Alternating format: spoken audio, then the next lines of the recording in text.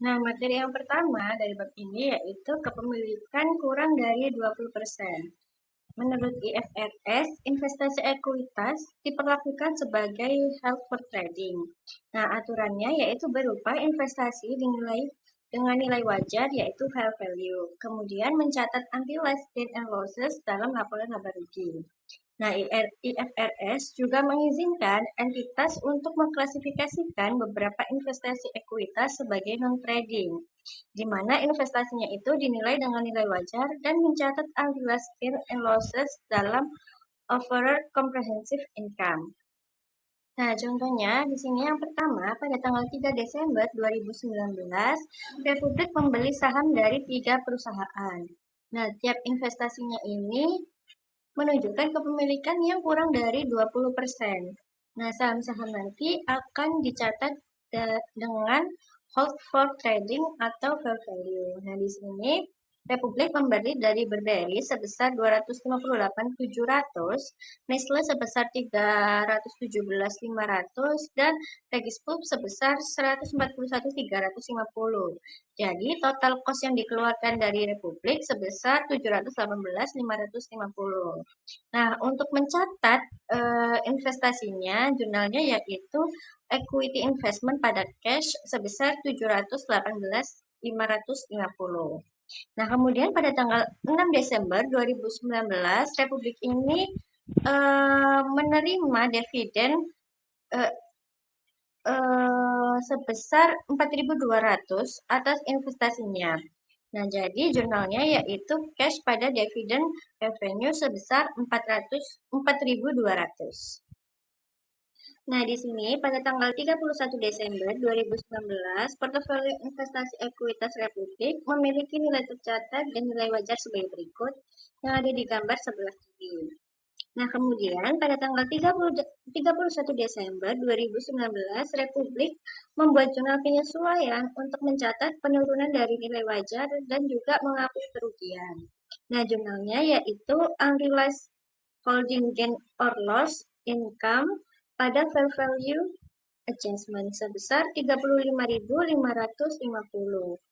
Nah, pada tanggal 23 Januari 2020, Republik menjual seluruh saham biasanya pada Burberry dan menerima uang sebesar 287.320.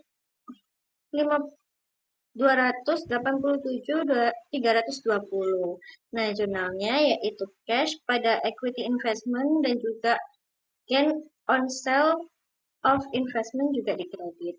Nah, untuk cashnya sebesar 287.320, kemudian equity investment sebesar 254.700 dan gain or sale-nya sebesar 27.520. Nah, di sini ada investasi ekuitas non-trading atau OSI.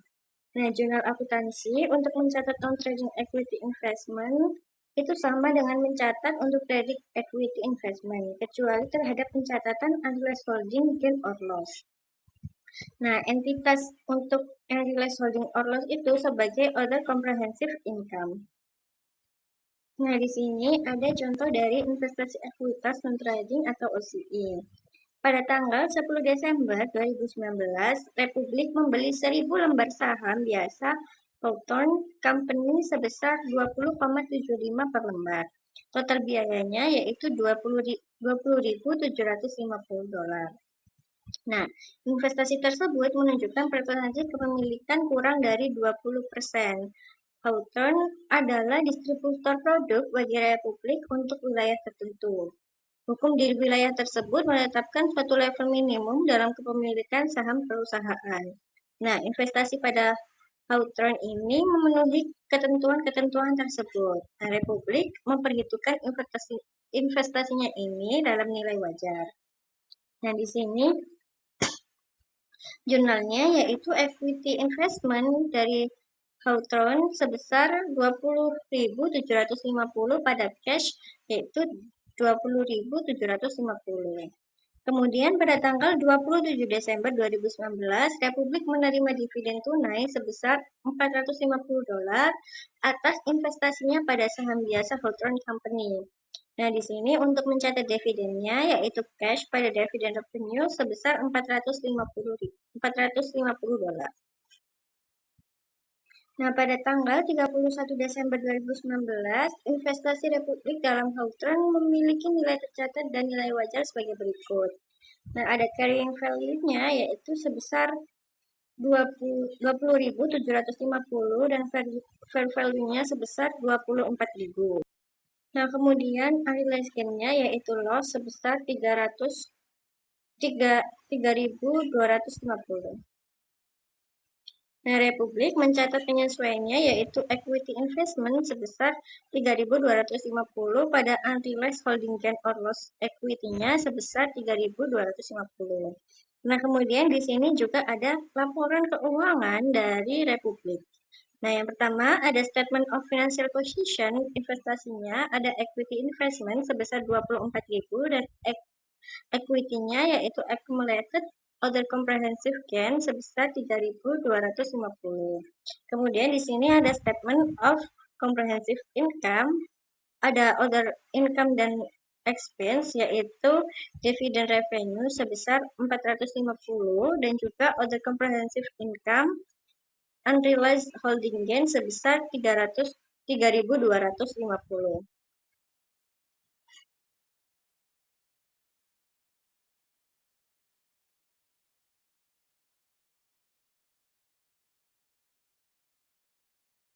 Baik, saya akan melanjutkan materi tentang kepemilikan antara 20% dan 50%. Perusahaan investor dengan kepemilikan kurang dari 5% di perusahaan investasi tidak memiliki kendala hukum. Namun, investasi dalam saham dengan hak suara kurang dari 50% tetap memberi investor kemampuan untuk menjalankan pengaruh signifikan atas kebijakan operasional dan keuangan investasi.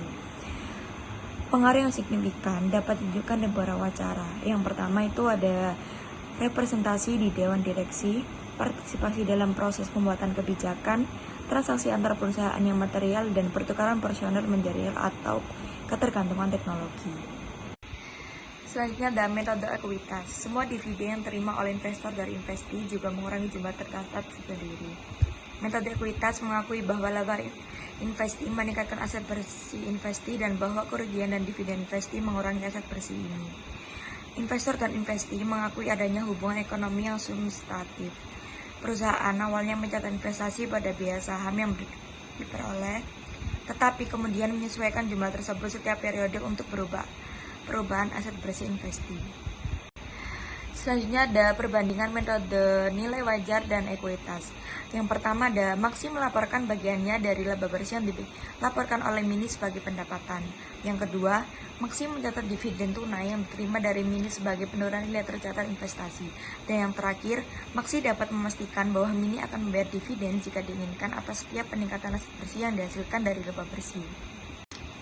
Selanjutnya ada konsep dasar dalam metode ekuitas. Kerugian perusahaan yang diinvestasikan melebihi yang pertama, jumlah yang dibawa jika bagian investor dari kerugian perusahaan yang diinvestasikan melebihi jumlah yang dibawa dari investasi, maka biasanya investor harus menghentikan penerapan metode ekuitas dan tidak mengakui kerugian tambahan.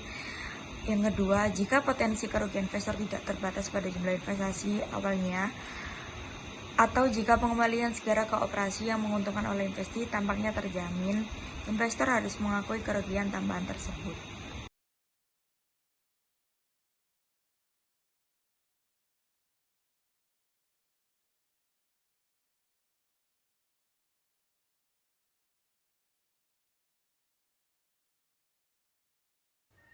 Selanjutnya saya akan menjelaskan mengenai kepemilikan lebih dari 50%. Jadi ketika sebuah perusahaan memiliki lebih dari 50% hak suara di perusahaan lain, perusahaan tersebut dianggap memiliki hak pengendalian. Hak ini memungkinkan perusahaan untuk membuat keputusan strategis dan operasional yang penting bagi perusahaan yang diinvestasikan. Perusahaan yang memiliki saham mayoritas disebut perusahaan induk, sedangkan yang dimiliki disebut anak perusahaan. Induk dapat mengarahkan kegiatan anak perusahaan, menjadikannya bagian dari grup perusahaan. Kemudian jika induk memiliki pengendalian ini, mereka harus menyusun laporan keuangan konsolidasi yang menyatukan informasi keuangan induk dan anak perusahaan, memperlakukan keduanya sebagai satu kesatuan ekonomi. Kemudian penyajian investasi dalam laporan keuangan. Pada laporan keuangan terpisah perusahaan induk, investasi dalam saham biasa anak perusahaan dicatat sebagai investasi jangka panjang. Metode yang paling umum digunakan untuk mencatat investasi ini adalah metode biaya atau metode ekuitas, tergantung pada kebijakan akuntansi yang diterapkan. Namun dalam laporan keuangan konsolidasi, semua aset, liabilitas, pendapatan, dan beban anak perusahaan digabungkan ke dalam laporan keuangan induk sebagai satu kesatuan. Ini memberikan gambaran yang lebih komprehensif tentang posisi keuangan dan kinerja seluruh grup usaha kepada pemegang saham dan pemangku kepentingan lainnya. Mengenai laporan keuangan konsolidasi ini bertujuan untuk memberikan gambaran menyeluruh mengenai posisi keuangan dan kinerja grup perusahaan sebagai satu entitas, bukan sebagai entitas individu yang terpisah. Laporan ini menyatukan aset, kewajiban, ekuitas, pendapatan, dan beban perusahaan induk dan anak perusahaan. Nah, jadi kapan sih laporan keuangan konsolidasi dibutuhkan? Jadi menurut standar akuntansi internasional seperti IFRS dan GAAP, laporan keuangan konsolidasi umumnya disyaratkan ketika satu perusahaan memiliki hak pengendalian atas perusahaan lain. Laporan ini penting bagi investor, kreditur, dan pemangku kepentingan lain yang ingin melihat bagaimana kinerja keseluruhan grup dibandingkan hanya dengan entitas individual. Metode ekuitas untuk investasi anak perusahaan.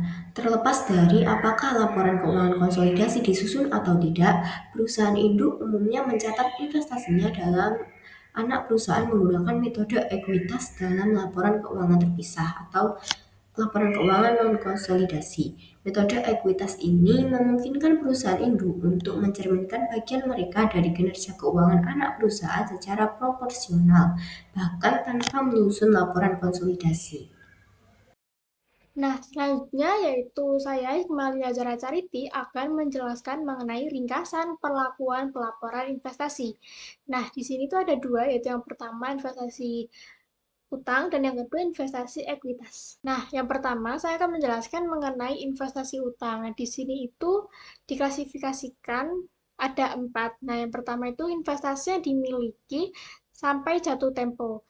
Nah, pendekatan penilaian dan pelaporan pada laporan posisi keuangan itu termasuk dalam biaya diamortisasi. Nah, pada efek pendapatannya itu termasuk bunga diakui sebagai pendapatan. Untuk klasifikasi yang kedua yaitu investasi yang dimiliki untuk disimpan dan dijual. Nah, untuk pendekatan di penilaian dan pelaporan pada laporan posisi keuangan itu termasuk dalam nilai wajar. Nah, untuk efek pendapatannya itu bunga diakui sebagai pendapatan. Nah, keuntungan dan kerugian yang belum direalisasikan dimasukkan dalam pendapatan komprehensif lainnya. Untuk klasifikasi yang ketiga yaitu investasi yang diperdagangkan, dibeli, dan dimiliki untuk dijual dalam waktu dekat. Nah, di sini untuk pendekatan penilaian dan pelaporan pada laporan posisi keuangan itu termasuk dalam nilai wajar. Untuk efek pendapatan yaitu bunga yang diakui sebagai pendapatan. Untuk keuntungan dan kerugian yang belum direalisasikan dimasukkan dalam pendapatan. Nah, untuk klasifikasi yang keempat yaitu opsi nilai wajar. Di sini pendekatan penilaian dan pelaporan pada laporan posisi keuangannya itu termasuk dalam nilai wajar. Nah, efek pendapatannya itu bunga yang diakui sebagai pendapatan. Untuk kerugian dan keuntungannya itu yang belum direalisasikan akan dimasukkan dalam pendapatan. Nah, selanjutnya yaitu investasi ekuitas. Untuk klasifikasi yang pertama yaitu adanya perdagangan. Di sini pendekatan penilaian dan pelaporan pada laporan posisi keuangan termasuk dalam nilai wajar. Nah, untuk efek pendapatannya yaitu dividen diakui sebagai pendapatan. Keuntungan dan kerugian kepemilikan yang belum direalisasikan akan dimasukkan dalam pendapatan. Untuk klasifikasi yang kedua yaitu opsi non-perdagangan. Untuk pendekatan penilaian dan pelaporan pada laporan posisi keuangan, yaitu termasuk dalam nilai wajar. Nah, Efek pendapatannya yaitu dividen diakui sebagai pendapatan dan keuntungan serta kerugian yang belum direalisasikan tidak dimasukkan dalam laba, tetapi dalam pendapatan komprehensif lainnya. Nah, lalu untuk klasifikasi yang ketiga yaitu metode ekuitas. Nah, pendekatan penilaian dan pelaporan pada laporan posisi keuangannya yaitu termasuk dalam investasi yang awalnya dicatat sebesar biaya perolehan dengan penyesuaian berkala untuk bagian investor dalam pendapatan atau kerugian perusahaan yang menerima investasi dan kemudian dikurangi dengan semua dividen yang diterima dari perusahaan yang menerima investasi. Nah, kemudian selanjutnya itu untuk efek pendapatannya, yaitu pendapatan yang diakui sebesar laba atau rugi perusahaan yang menerima investasi yang dilaporkan setelah tanggal investasi. Lalu selanjutnya itu ada klasifikasi yang terakhir yaitu konsolidasi. Nah, di sini untuk pendekatan penilaian dan pelaporan pada laporan posisi keuangan yaitu termasuk dalam laporan keuangan konsolidasi pendapatan. Nah, efek pendapatannya itu akan diakui pendapatan yaitu akan diakui sebesar laba atau rugi perusahaan yang menerima investasi yang dilaporkan setelah tanggal investasi. Nah, opsi nilai wajar untuk pendapatan konferensif lain yaitu OCI untuk investasi ekuitas non perdagangan itu dilaporkan secara berbeda dari investasi utang HFCS. Nah, berdasarkan pilihan non perdagangan untuk investasi ekuitas ini, perubahan kumulatif dalam nilai wajar tetap berada dalam ekuitas dan tidak didaur ulang melalui laba rugi. Nah, sekian penjelasan materi dari tim kami. Wassalamualaikum warahmatullahi wabarakatuh. Terima kasih.